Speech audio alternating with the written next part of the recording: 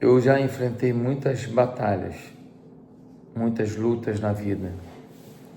Algumas eu tinha uma noção clara de como eu iria resolvê-las. Algumas eu não tinha a menor noção de como seria a solução. Algumas eu tinha uma visão, mas eu não tinha nenhuma provisão ainda estabelecida. Algumas eu tinha certo receio. Será que vai dar certo? Será que eu vou conseguir? E aí, quando essas situações fortes, desconfortáveis, essas situações que geram medo chegam, como é importante a palavra de Deuteronômio 31:8, quando Deus vai dizer para a igreja assim: não se assombre com o que está à tua frente, o Senhor irá à tua frente. Ele não te deixará, não se espante e não tenha medo. É impressionante, porque o Senhor diz que Ele vai na nossa frente e diz que não vai nos abandonar e diz para a gente nem se espantar e nem ter medo. Mas a gente enfrenta situações que a gente não consegue perceber isso.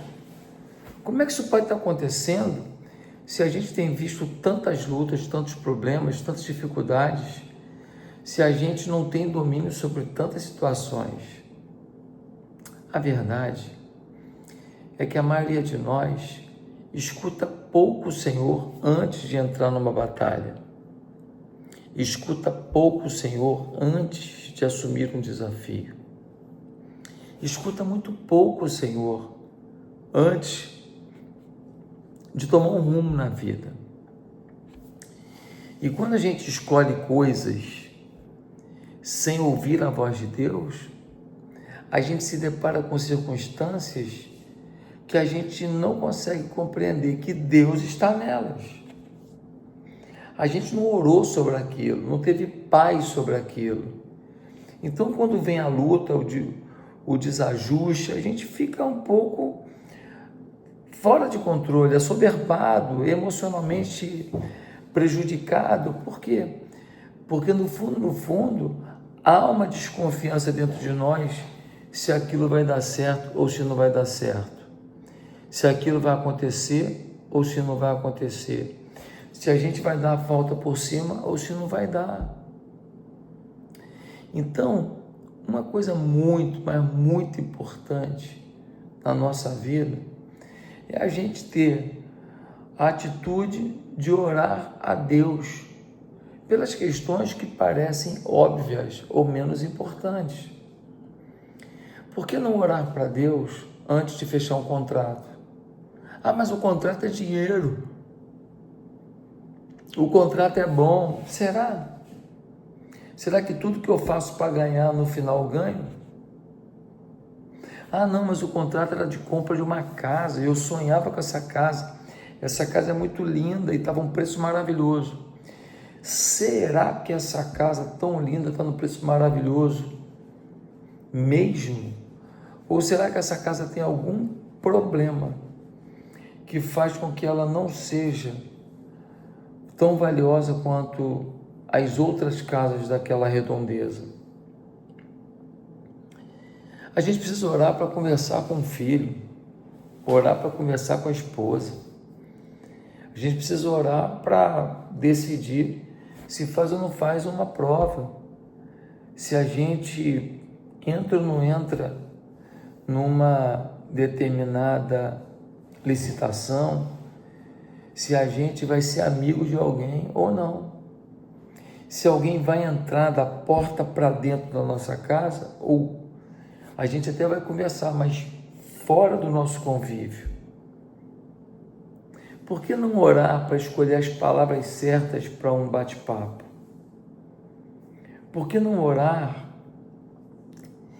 para ter uma postura correta sábia diante de situações até mesmo ameaçadoras, algumas situações até mesmo maldosas contra nós. Nós precisamos orar. Eu estava numa dinâmica e a gente fazia tudo naquela dinâmica de joelho. E no final, a gente compreendeu que as conquistas daquela dinâmica só se dariam se a gente tivesse de joelhos. A arma do crente é o joelho. Joelho significa devoção, joelho significa prostração, joelho significa reconhecimento daquele a quem nós reportamos a nossa atitude de estar de joelhos, a nossa adoração. Estar de joelhos significa reconhecer que você não é capaz. Estar de joelhos significa você reconhecer que você precisa de uma voz divina, de uma ação divina, de uma provocação divina sobre sua vida. É muito importante estar de joelhos. E você, tem andado de joelhos? Tem procurado de coração entender qual é o plano do Pai para a sua vida? Tem procurado de coração envolver Deus nas principais decisões da sua vida? O Senhor, em Deuteronômio 31:8, diz ao povo: eu vou à frente, eu não vou abandonar, fica tranquilo.